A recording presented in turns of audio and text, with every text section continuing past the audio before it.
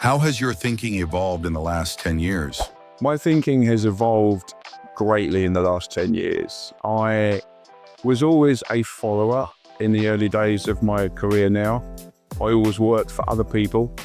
It taught me, again, how to do business, how not to do business.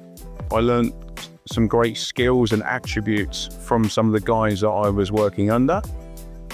But I changed from thinking like a follower and started thinking like a leader. And I think that's fundamentally where it all changed. And you start to think differently when you have your own business or businesses.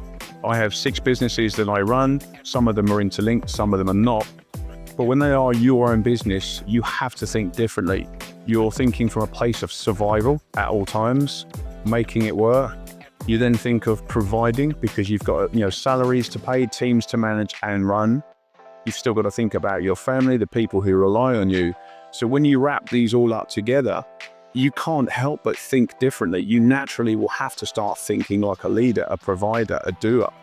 I think my thinking has also evolved in that I now perceive things differently. I look at things very analytically. I use a lot of my own intuition.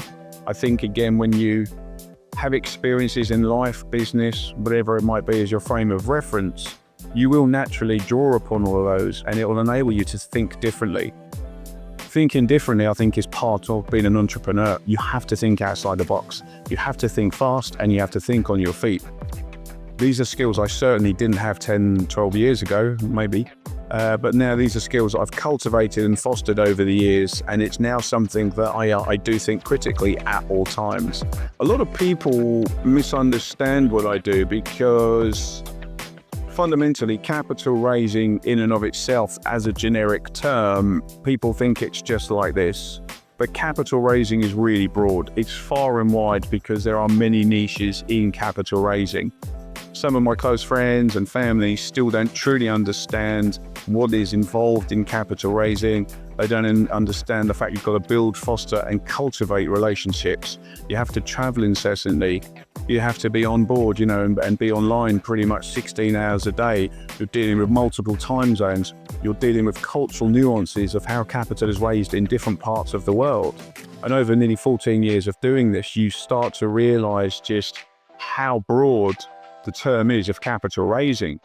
There's many subtle nuances and niches to capital raising. So I think there's a misconception that it's you just go out, you knock on somebody's door, a family office or an IFA company, and ask them to, for money and you get money. It doesn't work like that.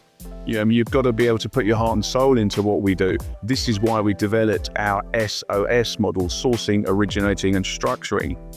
We've evolved over the years. There's lots of people out there that raise capital, but I don't think anyone does it in the way that CGW does it because it's very, very unique.